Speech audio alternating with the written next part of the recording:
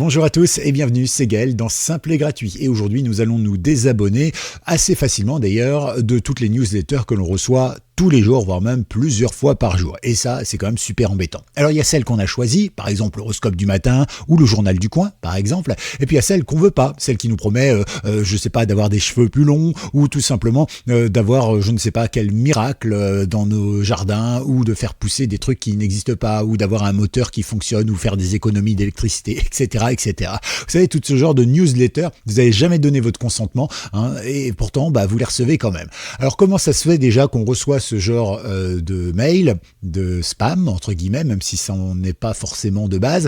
Eh bien, c'est tout simple. Ou vous avez laissé votre adresse à un moment parce que vous avez commandé sur un site internet, d'accord? Donc ça, c'est, on va dire, un peu de votre faute. Il suffit de vous désabonner. Bon, à la limite, on peut comprendre. Mais la majorité du temps, vous savez, quand Facebook se fait braquer, quand les serveurs de l'État se font attaquer, c'est très très souvent, on l'a encore vu dans la presse cette semaine, ça arrive à aller plusieurs fois par trimestre parce qu'ils sont absolument nuls en sécurité informatique, ou plutôt pardon, pas nul. Je dirais qu'en fait, l'État ne met pas les moyens pour sécuriser vos données. Et pourtant, il met toutes les données sur Internet. D'ailleurs, je vous rappelle que vos données de santé sont sur des serveurs Microsoft. Et que pour créer la crypto-monnaie de l'Europe, c'est-à-dire l'euro numérique, on a demandé à Amazon. Waouh, super. Pourquoi que des sociétés américaines? À croire qu'en France, on n'est pas capable de faire ce genre de choses. C'est quand même dommage de déléguer comme ça à des sociétés qui n'ont pas nos intérêts économiques, en tout cas.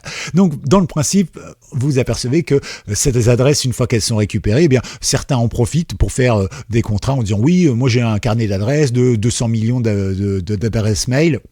Et je vais promouvoir votre machin, votre produit, votre machin, et hop, ils envoient ça à tout le monde sans votre permission, ou ils revendent vos adresses, etc., etc. Voilà un petit peu comment ça se passe. Alors, comment on se désabonne? Eh bien, en réalité, il y a deux techniques. Il y a la méthode old school, qui est la plus sécurisée, la plus transparente, et qui marche finalement le mieux, mais qui est un petit peu contraignante. J'ai dit old school. Et puis, bien sûr, on a aussi la méthode un peu plus rapide, beaucoup plus ludique, sympathique, mais qui passe par une entreprise, donc pour la vie privée, c'est moyen, même s'il la préserve, disent-ils. On va justement voir ça maintenant dans ces deux solutions.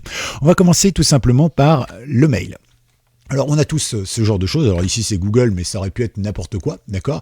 Et dans cette adresse mail, on a tous, nous, une barre de recherche, d'accord? Que vous soyez sur Yahoo, Hotmail, SFR, Orange, Google, etc., etc. Et donc là, vous allez pouvoir taper plein de trucs. C'est-à-dire que pour vous désinscrire, je vais vous montrer ici un petit florilège. Par exemple, ici, on a... Voilà, se désabonner, c'est un mot-clé. Donc vous pouvez taper se désabonner, vous allez trouver tous les endroits, tous les mails sur lesquels il est possible de se désabonner. Après, vous faites le tri entre ce que vous voulez garder et ce que vous ne voulez pas garder. D'accord? Vous avez la possibilité aussi de taper le mot newsletter. C'est plutôt un bon mot qui vous permettra de trouver effectivement toutes ces newsletters qui vous embêtent. Vous pouvez aussi cliquer donc sur, ou en tout cas écrire se désinscrire dans votre barre de recherche.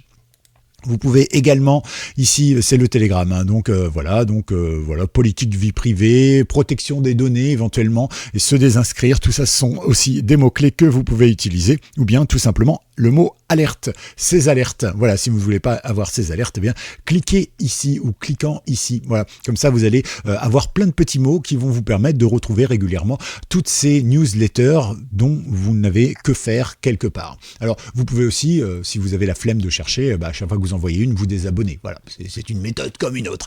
J'admets, c'est pas la plus rapide, mais ça marche plutôt bien. Donc, par exemple, ici, on va faire désabonner. Hop là. J'ai les doigts palmés, on y va, désabonner. Vous voyez là par exemple, j'ai Facebook. Alors je vais cacher évidemment tout ça. Donc là on a tout ça, d'accord. Donc désabonner c'est plutôt Facebook. Ensuite on va taper désinscrire par exemple. Voilà, pour désinscrire par exemple le club Pénard. Alors je l'ai fait tout à l'heure. Je me suis désabonné parce que j'avais jamais demandé le club Pénard. Je me suis jamais inscrit à ça. C'est donc du pur spam. Voilà, le club Pénard. Voilà, ils m'ont envoyé ça depuis quelques temps visiblement.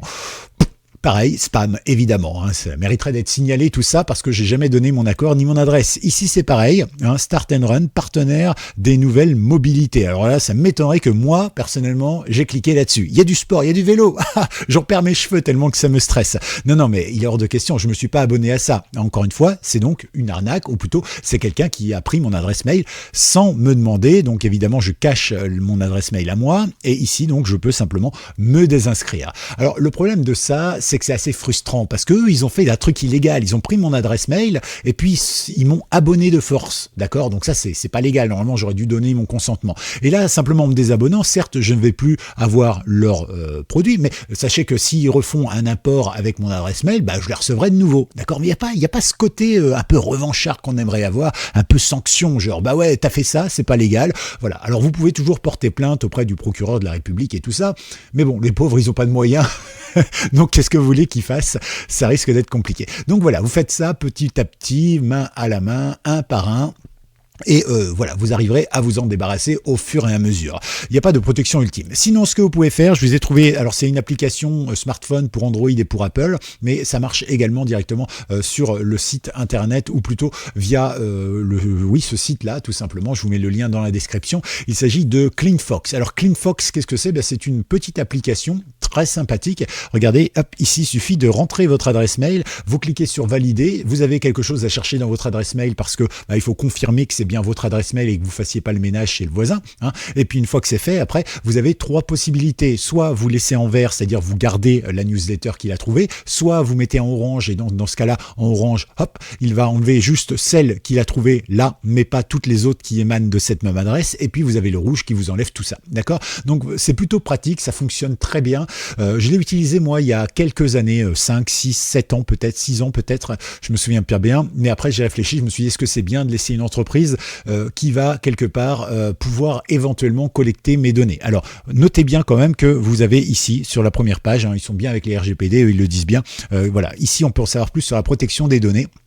Et si on cherche un petit peu ici, ils disent bien que les données ici sont protégées. CleanFox ne vous ciblera jamais pour des publicités, ni pour ses propres produits, ni même a posteriori. Hein. Donc voilà, vous êtes vraiment tranquille là-dessus. Ils s'engagent à ne pas le faire, ils ne le feront pas. Et d'ailleurs, comme je l'ai utilisé, j'utilise toujours l'adresse mail sur laquelle je l'ai utilisé. Je n'ai jamais eu de souci. D'accord?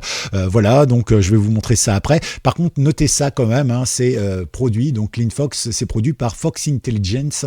Et le problème, c'est que effectivement, c'est un service, une société d'études de marché sur le e-commerce. Alors, moi, je veux bien confier ce service à CleanFox qui est très bon, hein, très efficace et qui effectivement ne m'a jamais posé problème et ne m'a jamais démarché. Le seul truc quand même, c'est que là, c'est un peu conflit d'intérêts techniquement, puisque techniquement, c'est une société de base dont c'est sur l'étude de marché sur le e-commerce. Donc bon, qu'est-ce qui prouve que finalement, eux, ils regardent pas un petit peu tout ce que vous avez, ils récupèrent un peu les données, même si c'est anonymisé au maximum, hein, et puis ils savent que une personne de 40 ans qui a plus de cheveux, qui fait des vidéos YouTube, il va aller sur des sites pour faire pousser les cheveux et grossir les seins. Qui sait? Je sais pas. N'importe quoi. Mais dans le principe, voilà, c'est quand même une société extérieure qui a un but commercial, qui propose un service certes gratuit, mais qui rentre vraiment dans la vie privée, puisque les mails, c'est quand même quelque chose de très intime. Et donc, voilà. Enfin, dit celui qui a une boîte Google, quoi. Voilà, il faut tout relativiser. Mais techniquement, ce service, il marche très bien, il est transparent, il est très efficace. Et vous voyez, il est BFM TV, RMC, Le Monde, TF1, etc., etc. Tout le monde adule, tout le monde adore. Alors, attention, hein, ça, ces médias-là, c'est pas une référence aujourd'hui. Non, on a vu comment ils se comportaient pendant le Covid ou comment ils se comportent en niveau transparence de l'information à cause de la guerre en Ukraine, entre autres, etc., etc. Voilà. Alors, et c'est compliqué. Mais bon, dans le principe, vous avez bien compris que aujourd'hui, avec cette petite application, vous allez pouvoir faire le ménage de manière très ludique, très simple, très efficace également. Encore une fois, moi, j'ai jamais remarqué de problème de transparence ou quoi que ce soit. Hein. Vous connectez votre boîte mail, vous choisissez les newsletters et enfin, vous lancez le nettoyage. Alors, je ne vais pas le faire ici parce que forcément, sinon, ça va étaler une partie de ma vie privée aussi sur cette vidéo et c'est pas ce que j'ai envie de faire. Mais voilà, vous avez CleanFox, ça marche très bien, c'est sur smartphone, sur iPhone évidemment ou Android. Une fois que vous avez fait le ménage, vous n'êtes pas obligé de la garder, vous pouvez la désinstaller, hein, cette application, et puis la remettre après au bout de quelques mois si de nouveau vous êtes envahi. Voilà, j'espère que ça vous a plu, pensez à liker cette vidéo, pensez à vous abonner et à tout bientôt pour une toute nouvelle vidéo dans moins de 48 heures sur Simple et Gratuit. À très vite, ciao.